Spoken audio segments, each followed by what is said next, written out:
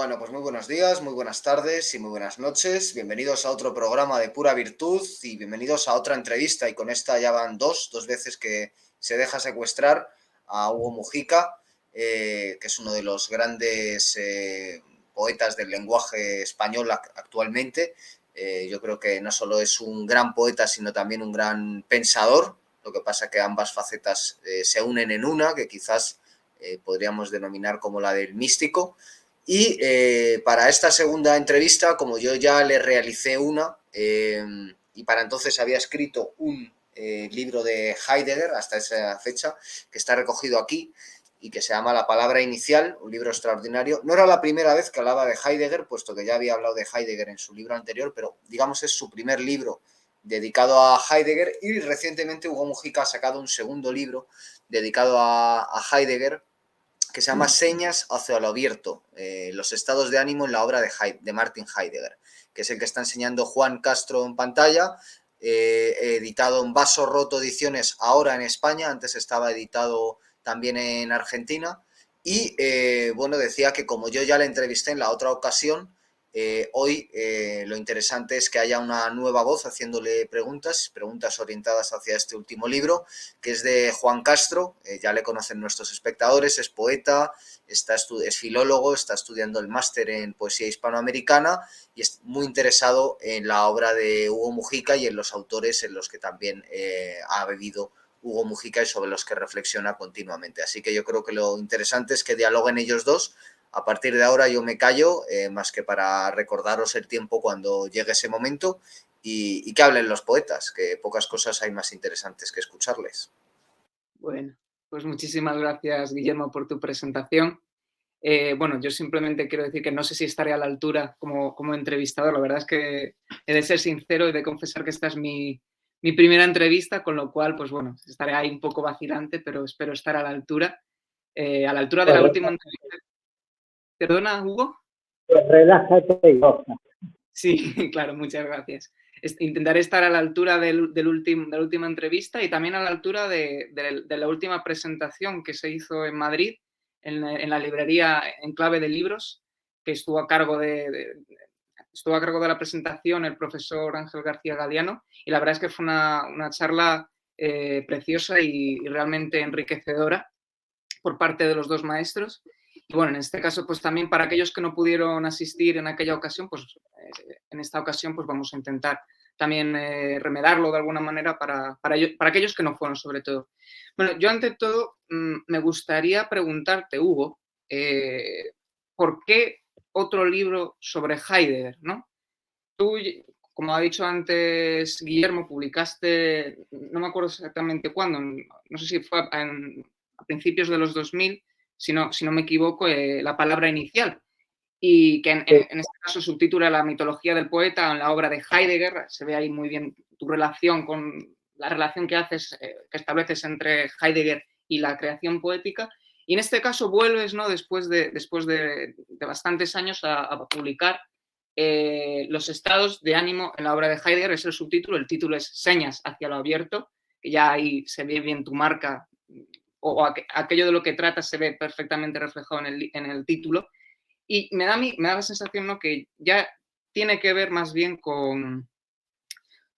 no sé si quizá con ciertos temas más éticos por los estados de ánimo, o incluso diría más bien pues ya de mística, ¿no? Está dividido entre las tres vías famosas: la vía purgativa, la vía iluminativa, la vía unitiva. Y bueno, me gustaría saber por qué volver otra vez a Heidegger, o un poco cómo te has acercado también en este caso, en este libro. ¿Cuál es Bueno, el objetivo?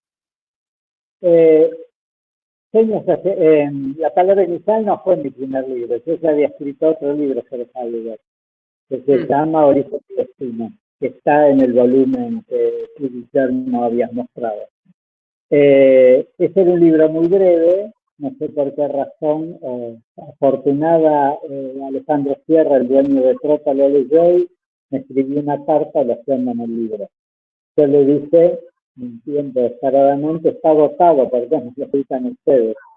Y me dijo que era muy pequeño, pero que si yo trabajaba este tema, él le interesaba.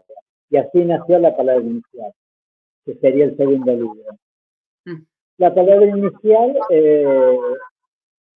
fue teniendo, o sea, llegó a tener, la última fue 10 ediciones.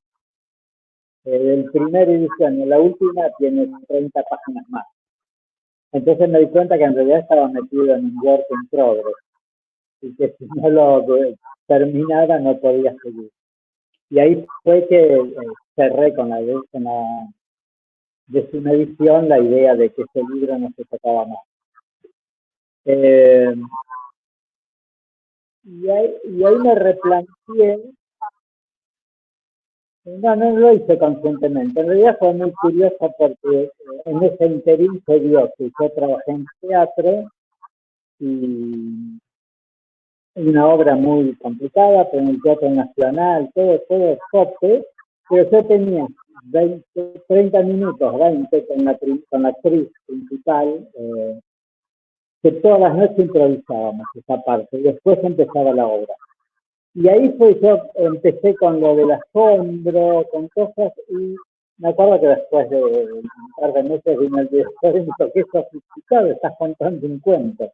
Y me di cuenta y me dijo, escribí sobre eso. Y en realidad ahí empezó como empieza el libro, con el asombro, qué sé yo, y me metí de nuevo en Heidegger, del cual nunca había salido más que de Heidegger. Lo vuelvo a mi escritura, pero siempre Heidegger está en mi escritorio. Incluso en el prólogo de la décima edición de Heidegger es la persona a quien nunca conocí, pero que con más tiempo pasé en mi vida. Y ahí salió, en realidad, el libro me empezó a llevar por un lugar que yo no pensaba, porque al principio era bastante decir desde otro lugar lo que yo mismo había planteado, como empieza Heidegger, ¿no? Con todo el tiempo que yo, y ahí me largó mucho más a cosas que yo no había ahondado, no me habían hecho el clic, que era o sea, yo a Heidegger lo tenía primero como un filósofo, después pasa a escucharlo como alguien que con Nietzsche, etcétera, generan literatura de la filosofía. La filosofía la plantean directamente como literatura, porque en el lenguaje de la estética todavía hay sentido y en el de la filosofía no, Pero entonces, para mí yo lo veía como una tradición más sapiencial a lo que se llama el segundo Heidegger. O sea, el que ya no es el Heidegger de la coengranación del pensamiento alemán, sino el que se puso a la escucha de lo poético y todo eso. Pero acá de a poco descubrí que también hay un Heidegger muy místico, ¿no? Es el que termina planteando, el que termina tachando la palabra ser, y de alguna forma tachando la palabra pregunta. En Heidegger había empezado con su gran tema, pero la pregunta por el ser, y después se da cuenta que la pregunta es una agresión a la realidad, o al misterio de la realidad. ¿Con qué derecho un humano se pone a exigir a la vida que le dé respuestas, ¿no? Y que la palabra fuerza no significaba eso que no es nada, que es la nada, que es lo abierto, que es el misterio, ¿no? Entonces me gustó mucho más porque, bueno, quizás es donde más siento yo la vincularidad, esa beta, yo diría, mística, entre comillas, porque es una palabra tan ambigua, tan manoseada, pero esa beta de que simplemente plantea, nos deja ante el cielo abierto y el misterio, ¿no? Y esa palabra tan maravillosa que es la reverencia ante todo eso, ¿no? Tal cual. Yo destino en algún lugar de la referencia como, así como imagen, ¿no? La inclinación del alma hacia lo que nos celebra, ¿no? Por ahí. Muy bien. Pues claro, precisamente ahí yo creo que una cosa muy interesante es que muchas veces, a veces tomamos quizá la filosofía y la religión, o sí, los temas de religión, de espiritualidad, muchas veces aparte los separamos, como si hubiera una raya tajante entre ambos, y sin embargo no vemos esa unión que hay entre ambos, ese misterio que al final y al cabo convoca a ambas disciplinas, que en realidad muchas veces también las podemos ver como una sola. Y yo precisamente quería preguntarte sobre esa relación y cómo lo ves en Heidegger, porque además me acuerdo que dijiste en la presentación de con García Galiano, que precisamente Heidegger lo han recuperado también muchas veces en la filosofía oriental. Y me gustaría preguntarte acerca de eso, precisamente. Primero a lo primero, que más o menos dijiste, ¿no? De la relación entre religión y filosofía. Yo sacaría la palabra religión, porque la religión es una conceptualización que él llamaría óntica, del misterio o lo que podríamos llamar de lo místico, ¿no? O sea, yo pondría lo que vos llamás religión en el tema del asombro, ¿no? Y para mostrar la unión de eso, yo te diría que el pensamiento en su origen, el pensamiento occidental, el pensamiento griego, antes de disociarse en disciplinas, era el asombro el asombro ante el hay de la realidad, ¿no? Y ese asombro del hay ante la realidad, de una realidad que no la hice yo, sino que me acontece con la donación, en este sentido era sagrado. O sea, no era puesto por mí, sino aconteciendo desde la física, desde la naturaleza, desde el todo. Y eso se decía poéticamente. Primero por una cuestión de poder recordar mejor.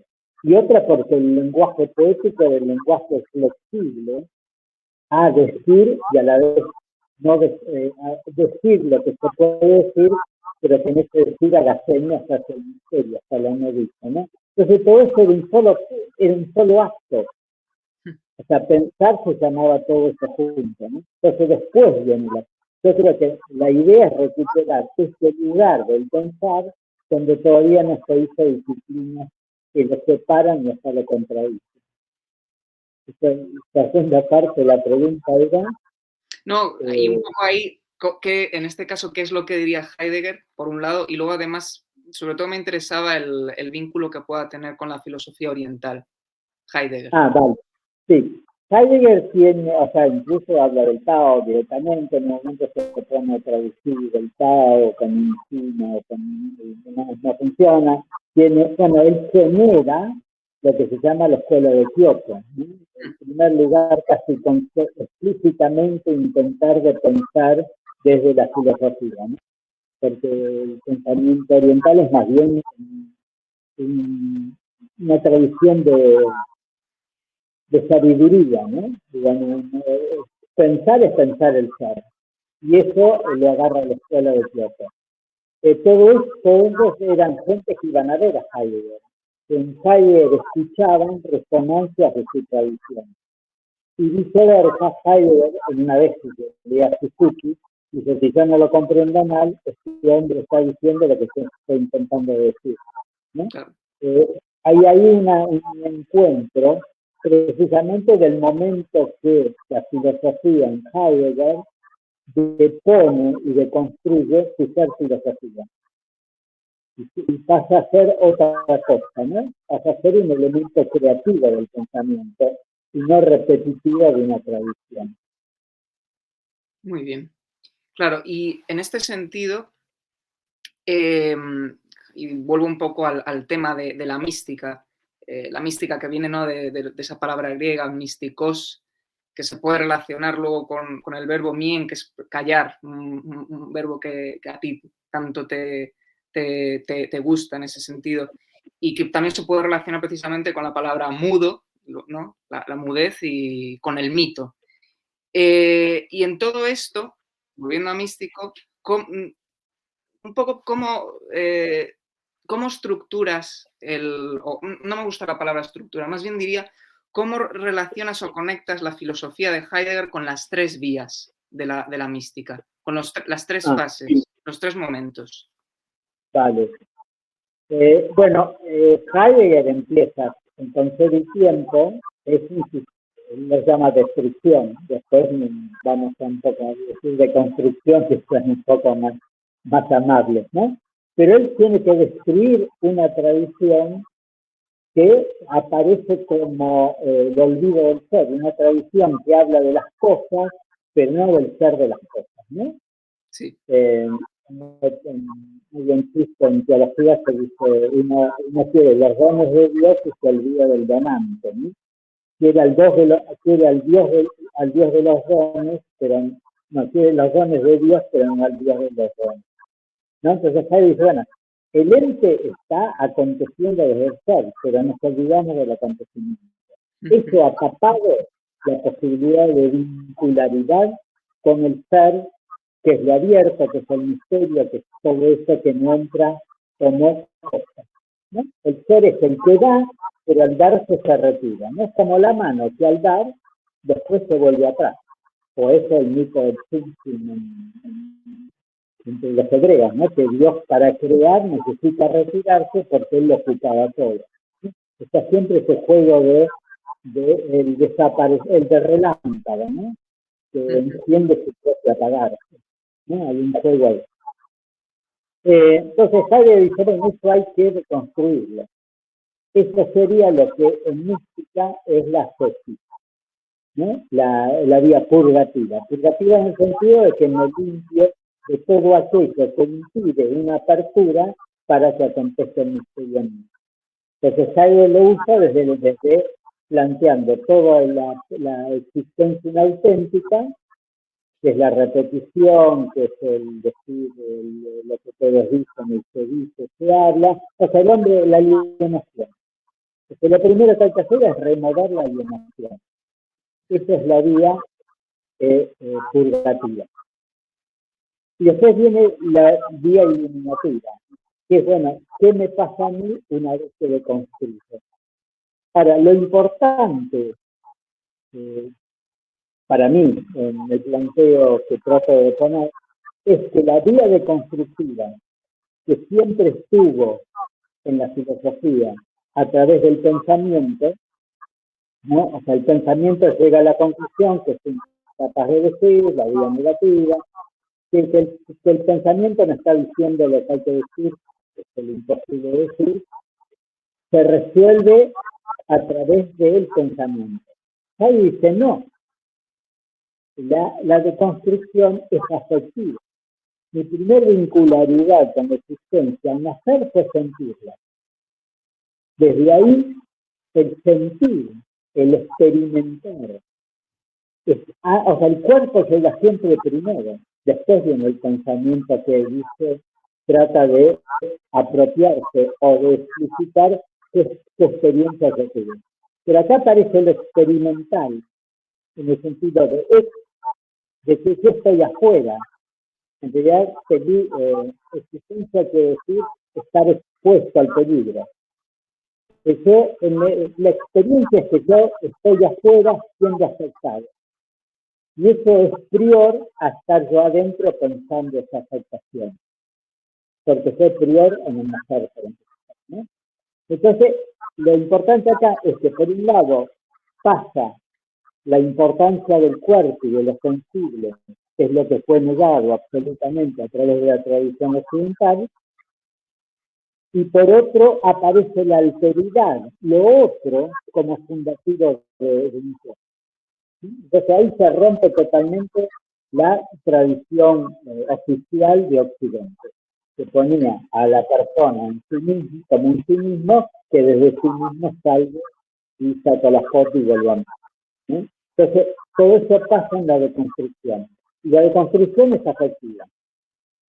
Empieza por porque ¿qué hace? Empieza, bueno, por el miedo, que el miedo es tonto, digamos, no es lo serio. Lo serio viene a ser la angustia. Porque la angustia que me hace, me quita mi fascinación con la objetividad. Entonces me deconstruye la arquitectura en la cual se basa mi pensamiento. Es apoyarme, hoy en día diríamos en el consumo, ¿no? Y cada época tiene su lugar de escape. Entonces, cuando me desencanta de eso, yo me quedo con nada. Y me quedo sin nada como objetividad y sin nada como subjetividad, dado que estaba montado a esa escenografía. Ahí aparece la nada. Y la nada es el lugar del rebote, del salto, ¿no? Entonces ahí aparece lo iluminativo, empieza a tener una comprensión desde otro lugar, y yo diría sin apego, de la posibilidad de existencia. Y ahí entra, ahí es el gran momento del cambio, de la angustia, que la angustia se plantea como angustia de muerte, se plantea como angustia de finitud, ¿no? Va pasando por todo lo que la angustia nos va construyendo.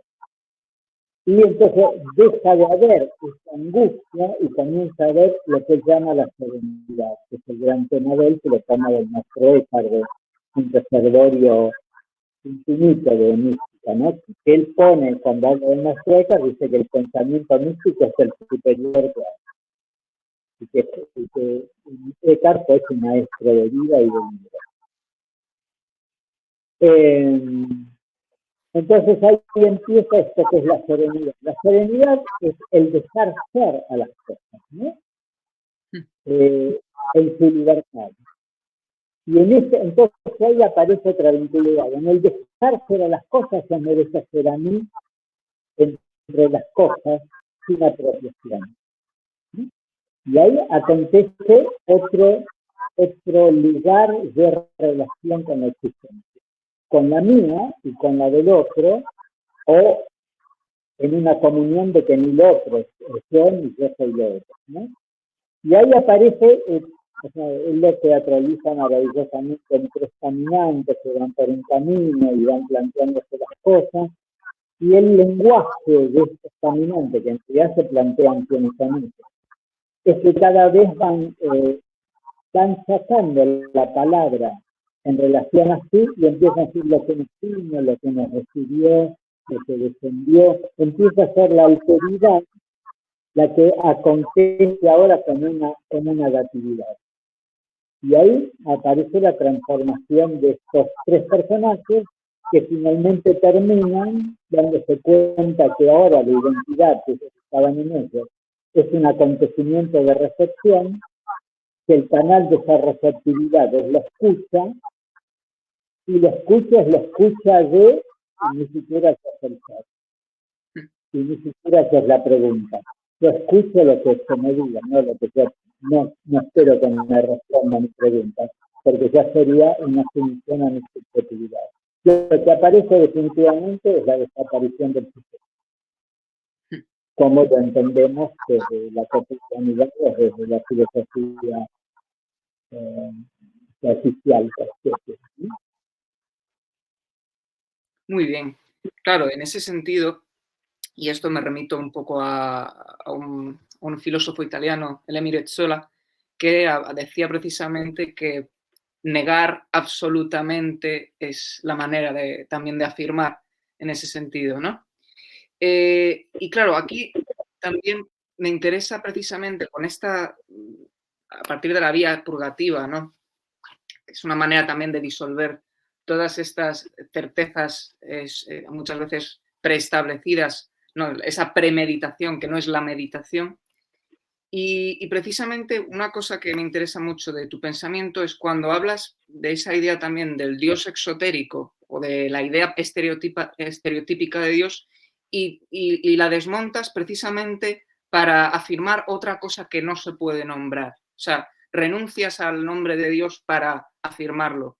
Y me interesa mucho esa diferencia o más bien ese acto que tú haces, ese acto poético mismo que estableces en tu obra. Porque al fin y al cabo de esa manera también es como el sujeto, como tú dices, pues se diluye y acaba volviéndose parte y uniéndose en esa misma nada, en esa misma nada precisamente, es en ese mismo misterio.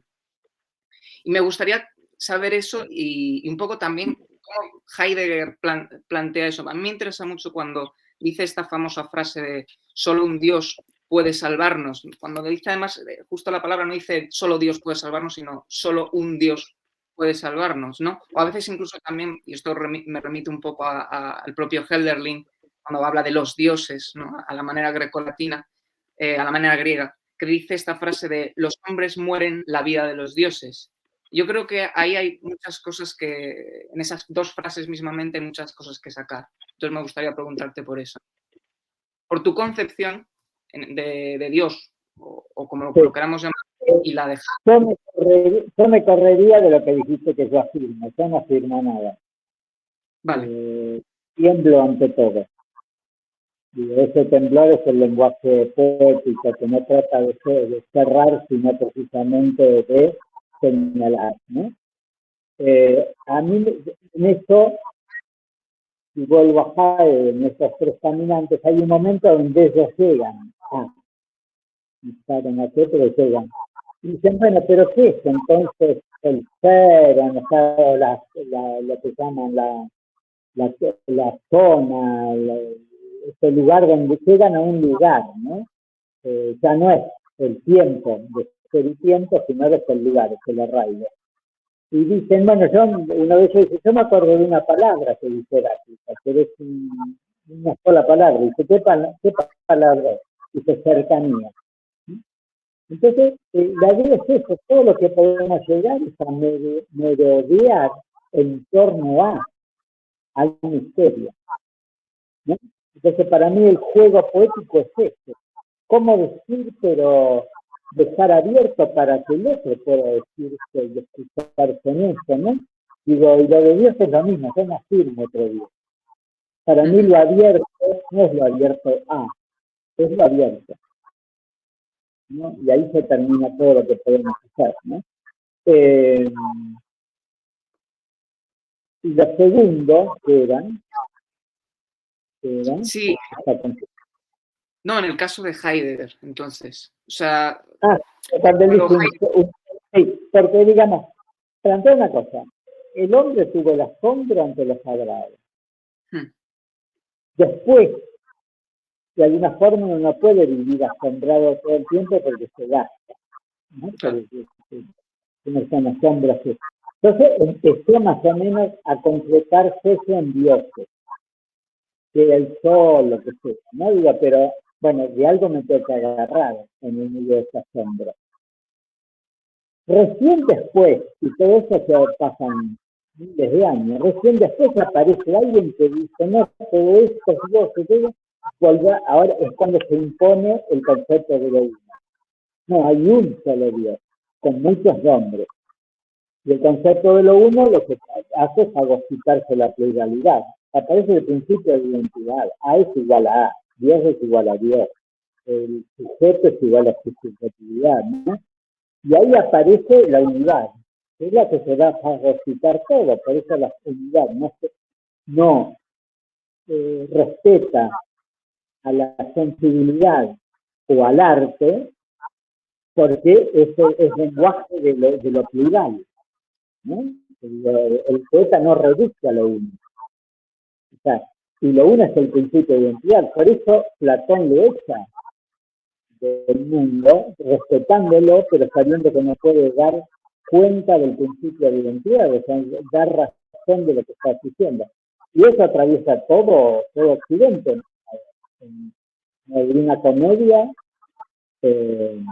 Dante, no sabemos qué hizo, pero tácitamente mandó a todos los poetas al infierno, porque hay un solo poeta en el paraíso, y es el que desertó de ser poeta. Se hizo abad y empezó a perseguir a los juglares, ¿no? Con esto está diciendo que sí, que todo el recorrido es así.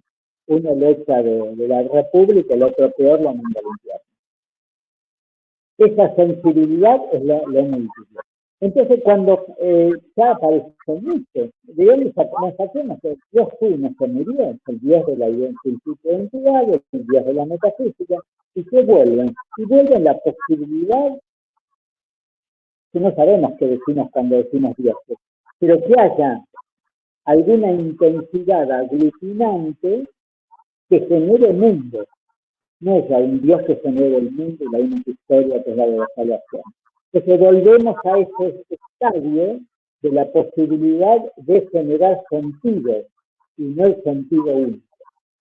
Por ahí creo que va lo de Paulo, ¿no? La posibilidad de que aparezcan otros relámpagos de sentido.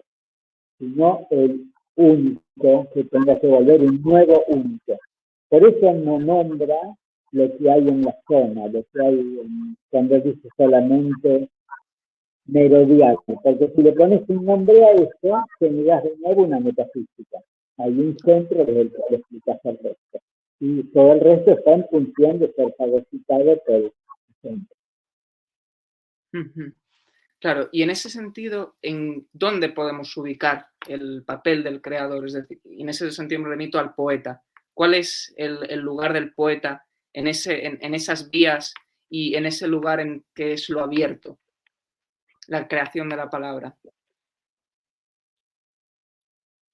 El poeta o creador da lo mismo que esté creando, salvo el privilegio que le damos nosotros occidentales al logo, ¿no? Podría ser un pintor, creo que es el lugar de sostener la apertura.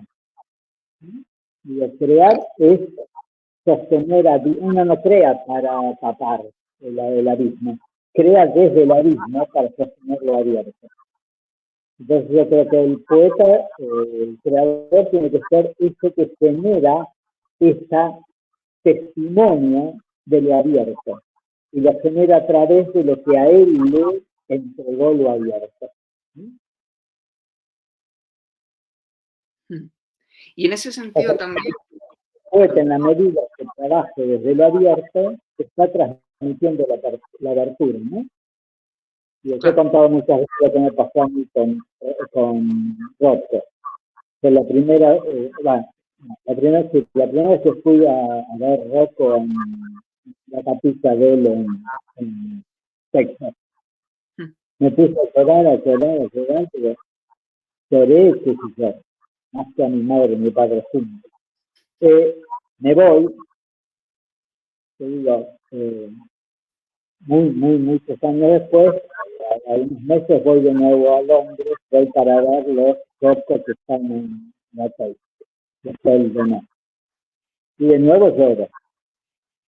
Entre medio, la segunda vez ya sabía de llorar, pero la primera vez no sabía de todo. Entre medio encuentro una carta de Rothko que le dice a Bernard Newman: la gente que llora frente a mis cuadros, y ahí me entero que la gente que no era que lloraba, la gente, para decirlo así, va a llorar frente a Rothko. Y se está teniendo la misma experiencia religiosa que tuve yo al pintarlo.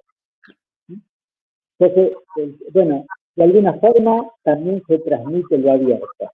Para mí, en caso particular, y aprendido desde lo que me dicen, mi transmisión de lo abierto es la transmisión del silencio.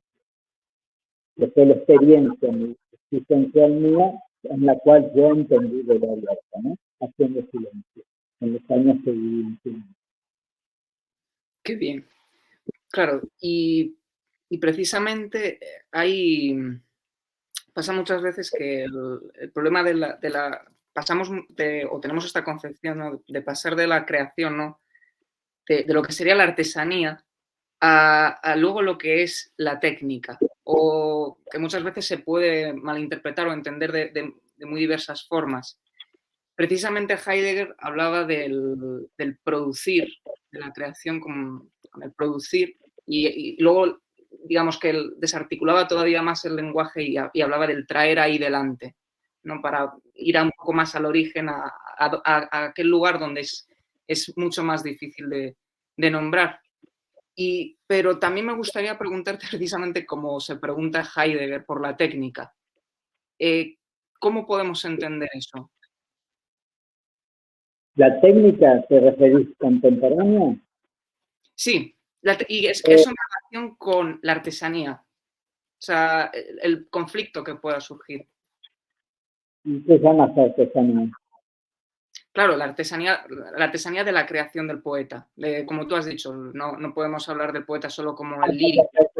Para mí es otra forma, más bien la creación que hacen autóctonos, etc. No está en ese sentido. Arte diferente de artesanía. Vale. Vale. Sí. No, que para mi nomenclatura era diferente. Ok. La técnica y el arte sería el tema. Nosotros somos artífices desde siempre. Esto que estamos dando por natural, que es el lenguaje, es una tecnología. En un momento se dieron cuenta que para ponerse de acuerdo había que, recurrían a los sonidos, ¿no? O sea, si sabes este sonido, el otro está entendiendo. O sea, eso es un ejemplo tonto, pero yo trato de enseñarle a mi perro que entienda. Entonces, por ejemplo, cuando ya no le doy más sonido, ya le hago, no hay más. Y ahora ya entiende, yo hago así, se da, ¿no? En algún momento eso fue entre humanos, ¿no? Encontraron una forma de decirse, porque todavía no había un lenguaje sin decir. Eso fue una tecnología, muy loco. Y después hubo otro, más loco todavía, que decidió hacer dibujitos de esos sonidos. Y apareció la escritura. Bueno, nosotros no nos damos cuenta, pero fuimos ciber siempre. Ahora se desproporcionó, posiblemente ahora es más lo ciber que lo real. Pero ese es otro tema, ¿no? Digo, entonces, por un lado, está que no podríamos ser sin lo que ya somos, que somos tecnológicos. Por otro lado, aparece la problemática de la hibris, de la desproporción, ¿no? Y ahora ya creo que es más virtual la realidad que real. Sin olvidarnos que lo que llamamos real es virtual, porque es la representación que hacemos nosotros a través de los sonidos de lo que llamamos real. Pero lo real no es la configuración que hace nuestra estructura nerviosa. Lo real es nosotros no tenemos contacto con lo real. A pesar de que la mística es la apuesta por tener la posibilidad de lo real, ¿no? Pero bueno, arte y técnica. No sé. Yo creo que por un lado está muy demonizada la técnica, por otro es verdad que conocemos quizás como de todo lo que es más poder dentro de esto, ¿no?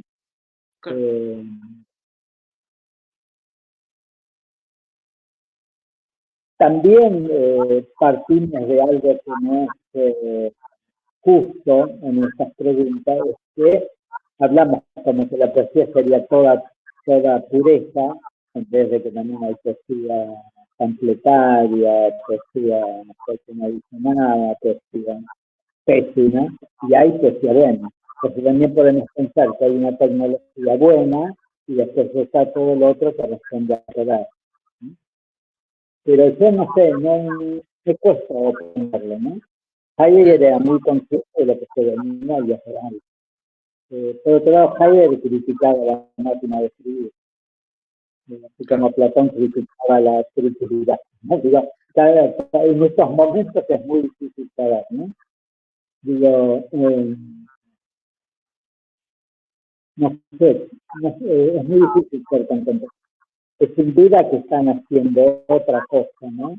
Absolutamente ya no dependiente de lo que nosotros estuvimos comparando con. Pero a dónde vamos, no sé. Digo, yo mi fe es que la vida es más vida que los vivientes. Y que en todo caso, nosotros nos notaremos nosotros mismos, pero la existencia seguirá brotando. Pues sí. Bueno, no sé, Guillermo, cómo vamos de tiempo. Lo digo bien. Queda tiempo a otra pregunta, si quieres, o sea, que siéntete libre, Juan. Si a Hugo le parece bien, hacemos otra pregunta. Muy bien, muchas gracias. Pues el que nos otorga tiempo nos lo quita. Casi un día. El reloj de arena, pero no, me da a mí que el tiempo es implacable, lo quiera yo no. Que por mí, todos estaríamos en el minuto 1 todavía y quedaría otra media hora más, pero no, el tiempo es implacable. Bueno, miremoslo por donde lo miremos, podemos seguir estando en ese minuto 1, ¿no? Bueno, siempre hay tiempo para más preguntas. Vale, entonces, para ir un poco recopilando, hemos estado hablando, ¿no?, de Heidegger respecto de la mística, del problema también de Dios, del nombre, del del papel del creador, la técnica, el arte, ¿no? Que ahí quizás no somos, o sea, o lo he dicho yo un poco de manera extraña respecto de artesanía, pero claro, exactamente, técnica y arte. Y en ese sentido, yo hay unas cosas que siempre me gusta decir, ¿no? Bueno, no es que yo sea ningún lumbreras ni nada, pero en respecto también, digo, volviendo con el tema del arte, veo que no la escultura, para que sea tal, necesita que haya, digo, en el tema de arte, que haya vacío, un vacío que dé forma a la escultura, o la danza, necesitamos la quietud para que haya el movimiento, la poesía, la música, necesitamos ese silencio, que en este caso a mí me gusta mucho lo que tú dices respecto de la escucha. Y también quería preguntarte, volviendo otra vez, porque como a mí me interesa tanto la poesía, la creación, como tú tan bien has tratado, pues en esa relación del arte, de las distintas disciplinas artísticas respecto a la quietud, el vacío, el silencio y el acto que está en el centro, ¿no? Bueno, yo hablo desde lo personal, Sí. pero o sea, mi experiencia física, diría, y lo acentuaría, de empezar a escribir, de pasar a ser un escritor, un poeta, fue en medio del silencio y la soledad. O sea, fueron los 17 años en un monasterio bajo voto de silencio y después de 3 años empecé a escribir. Entonces, para mí lo fundante es volver a ese clima del silencio, que de nuevo, el silencio para mí no existe, no es una entidad. El silencio en todo caso es una ausencia. Pero lo que nosotros llamamos silencio es la posibilidad de escuchar, ¿no? Entonces, para mí, el escuchar fue fundante. Y desde ahí yo hago mi poética. Porque para mí volver a eso, volver a ese silencio es volver a percatarme de la expresividad naciente de todo lo que es habla, ¿no? Y bueno, hay sutilezas para escuchar lenguaje, ¿no? Necesitamos determinados, no sé, watts para poder escuchar la música. Y también uno puede entrenar, por así decirlo, de construir el oído para que en vez de que escuche de costumbre, empiece a escuchar lo que todavía no dice en todo lo que se está dicho y lo que está diciendo, ¿no? Entonces, para mí, esta recuperación de ese lugar naciente, que a mí me gusta mucho la caracola, ¿no? Que si uno pone el oído, escucha que el mar se va haciendo. Bueno, todo está sonando. Esa imagen para mí es básica. O sea, si acerco el oído, ¿qué está diciendo todavía un lápiz que nadie haya visto, ¿no? Porque un lápiz no puede recuperar la parte que tiene el árbol, y desde ahí se florezca el texto, ¿no? Entonces, para mí es eso. Yo creo que yo tengo un poema que más o menos trabaja la idea de que el poeta o el escritor es el que escucha lo que le dice la vida a él de lo que en él aprendió él. Entonces hay algo así también con ese diálogo con el silencio de la existencia. ¿Qué está diciendo o qué me dice a mí como única instante en que yo soy? Es la singularidad que yo fui para la existencia, ¿no? Pero desde ahí hablar de la existencia, no de mi singularidad. Queda filtrada por mi historia, por mi silencio en este caso, ¿no? Genial. Pues bueno, Guillermo, yo creo que podemos ir, si te parece, concluyendo. Perfecto. Pues Juan, no sé si tú que lees muy bien poemas, ¿te apetece leer alguno de Hugo? Sí, por favor. Precisamente quería preguntar por eso, porque me hace mucha ilusión. Yo creo que hay, bueno, realmente a mí me gusta mucho respecto de tu poesía, Hugo, que todos los poemas no dejan de ser un continuo, ¿no? Precisamente ahí está lo abierto, ¿no? Yo creo que en el fondo siempre, quizá no podríamos hablar de poemas, sino de un poema que está siempre abierto y que siempre vuelves a él. y eso se nota, ¿no?, en tu poesía. Y de alguna manera todos tus poemas son el poema de Hugo Mujica, ¿no? Y hay uno en concreto que me parece que también... ¿Cómo? Van siendo, en vez de son. Claro, ahí está, están siendo, justamente. Hay un poema que yo creo que también resume muy bien, ¿no?, esta casi tu poética, ¿no?, aunque muchas veces también la has, digamos, manifestado. En el poemario Cuando todo calla, de 2013, pues el poema Justo 33 me parece que sintetiza muy bien estas ideas, ¿no? Así que bueno, voy allá. También el silencio es huella, huella y seña hacia lo sin nombre, hacia lo que solo se escucha en la renuncia a nombrarlo. Sí. Cuando escucho un poema así me pregunto, ¿para qué hablamos tanto si ahí estaba todo eso ahorita? Ahí está. Bueno, yo creo que es un poema magnífico y un broche estupendo a esta conversación, que me ha alegrado mucho que tenga lugar, que podáis hablar entre los dos. Y a quien quiera profundizar más en los temas que se han tocado aquí, pues está la obra de Hugo Mujica, que para quien nos esté viendo desde España está excelentemente editada en vaso roto. Aquí tengo los 2 tomos de prosa, que son fundamentalmente ensayo, aunque claro, cuando hablamos de ensayo en Hugo Mujica, pues uno se encuentra con que esto es ensayo para Hugo Mujica, porque como él dice, la filosofía y la literatura están unidas, entonces son verdaderas piezas poéticas, pero que efectivamente tienen la hondura de un ensayo literario. Y Juan, si puedes mostrarlo a cámara, el último libro que ha aparecido, que es Señas hacia lo abierto, de Martin Heidegger, que es el que nos ha convocado aquí. Así que muchas gracias, Hugo, por volver a concedernos una entrevista, y muchas gracias, Juan, por haber hecho una entrevista tan excelente, que yo veo que ya no solo es que haya madera de poeta, sino que también hay madera de entrevistador, que no es poco. Así que... Pues gracias, Guillermo, y a ti, Juan. Gracias a ustedes. Pues sí, y gracias también a los espectadores por haber llegado hasta este punto del programa. Volveremos pronto con más programas en Pura Virtud, Cine y Literatura. Hasta pronto.